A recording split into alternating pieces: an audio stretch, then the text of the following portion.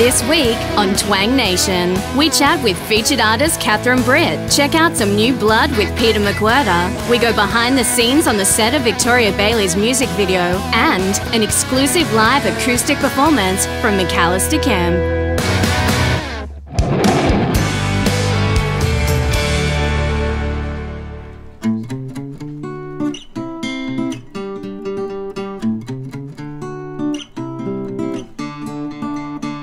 Sitting on the yellow sand, watching the ocean swallow up the sun. The cool wind blows through my guitar, and the strings start to hum. I started playing music when I was about 10 years old or so, and I started out because a lot of Dad's mates played an instrument, and we'd go camping and we'd sit around the fire and they'd play guitar and everyone would sing. Now we would sing all sorts of stuff like the Beatles, some Randy Travis in there, the Eagles, just getting out all sorts of stuff. It really leans into my influences like Led Zeppelin. One of my idols would have to be Jimmy Barnes because he's just got an absolutely unbelievable voice and it's, you know, still kicking. So, and that's basically why I got into music. I just enjoyed it so much. Nobody's gonna break my pride. I said nobody is gonna break my pride. My interest in country music came about ever since I was little, actually. Like, I'd always listen to, you know, Keith Urban. I listened to Hank Williams and all sorts of different country artists, as well as the standard rock artists as well.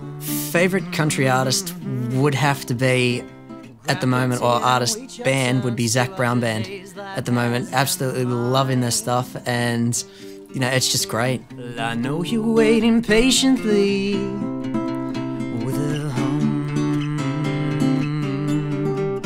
Your number's called the day's your day, a chance to rise above everyone behind you.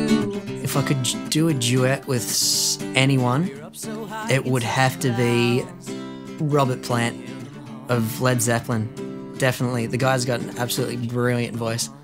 The very first really big gig that I did was CMC Rocks the Snowies. I think it was a couple of years back now. It was going, I walked out on stage and there was just like a sea of faces and I just ended up looking out and just going, I almost froze for a second, then I just thought, all right, yeah, let's do this. Let's have fun, and it was an absolute blast. Well, you pull through in your sweet time, find a ladder yet to climb. In the end, all you gotta do is hum. All you gotta do is hum. Sitting on the yellow sand, watching the ocean swallow up the sun. If you want to see Peter McWhirter play live, head to Rudy Hill RSL in Sydney on the 28th of July.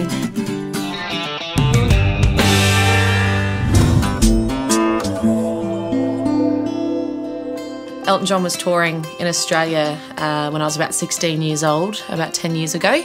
And I got a phone call, and basically it was my record label at the time who I'd just signed to, ABC Universal. And somebody from Universal, and they said, look, don't freak out, but have you been watching TV lately? Elton John's been mentioning you in all of his interviews. And I said, what? I didn't even know Elton John was touring in Australia at the time. I found out, obviously, later on that he goes into different towns that he tours through and closes down, like, record stores and things like that. Goes in for the day and basically walks around and finds a bunch of new artists, new records, new music to get into, which I just think is awesome. Thank you. The guy said, this is a new chick, she's 16, writes her own songs, you know, check her out. So he took it with him on the road and fell in love with the record and got in contact with the label and said, I want to meet this girl, I want to help her. So I got to his gig at Sydney and went in backstage, and I went into this little media room, and there was lights and things going off, flashing, and all of a sudden I looked through the crowd and he was standing there, and this big like aura around him, and he sort of looked over at me and just went, Catherine, come over here, and then just sort of did the mwah, mwah. We hung out and talked for a little bit, and he said, look, if you've ever been to America, I'd really love to help you out.